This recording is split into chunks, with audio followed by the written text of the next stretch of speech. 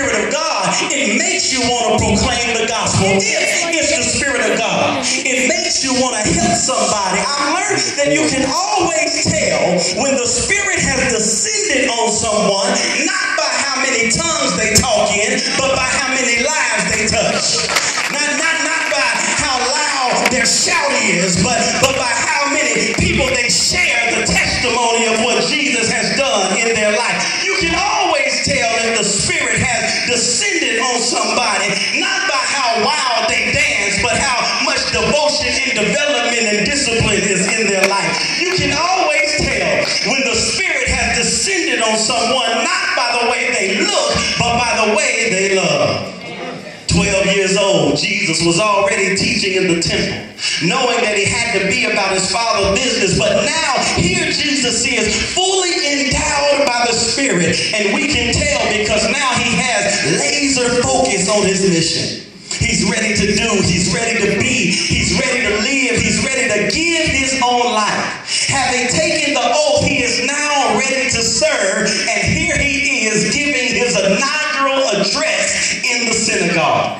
That one thing that he would be recorded and remembered for years to come. The standard that he would hold himself and his disciples to. His ministry mantra and mantle that he would carry around. His goal, his focus, his aim, his introduction, his opening statement, his foundational principle upon which he would stand. His purpose, his plan, his manifesto for ministry. His first goal, so says the text, is to preach the good news to the palace. No, that ain't what it says. To preach the good news to the paid folk. No, that ain't what it says either. To preach the good news to the poor. Yes, sir. Now half of y'all just checked out. Yes, sir. Because you said, wait a minute, Pastor, I ain't poor. Didn't you see what I rolled up in here in? Don't you see the size of this ring on my finger? Don't you see this $200 wig? Hairdo? Don't you see these alligators on my feet? If you came to preach to poor folk, I'm in the wrong place. If the gospel of Jesus is for the poor, then Jesus ain't for me. And I want to call you back to the table for just a moment. I want to help you if I can. I want to broaden your understanding of what it means to be poor. To be poor is not necessarily to lack money, but all of us lack something.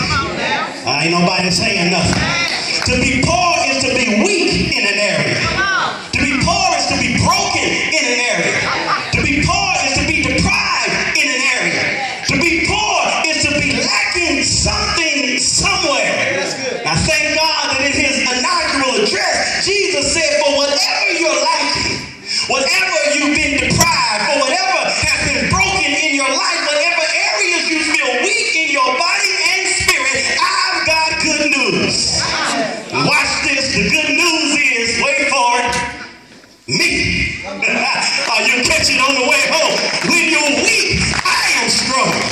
When you've been broken, I'm the potter that can put you back together again. Whatever you're lacking, I can supply according to my riches in glory. Whenever you can't do something in the energy of yourself, you can do all things through me. That's the good news of the gospel.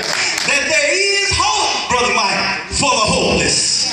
With that, my friends, we've just stumbled upon the true essence of the gospel message. The nucleus, the core that you and I, though we were born in sin and shaped in iniquity and separated from God and were made poor in spirit, lacking the Spirit of God, we were in a hopeless situation, but God became hope. God gave us something that we could hold on to against all odds. I gotta put 5 more cents in the meter. We gotta get this. When we were condemned justly for not being right, when we were hopeless and helpless in ourselves, when we were shut up to God's love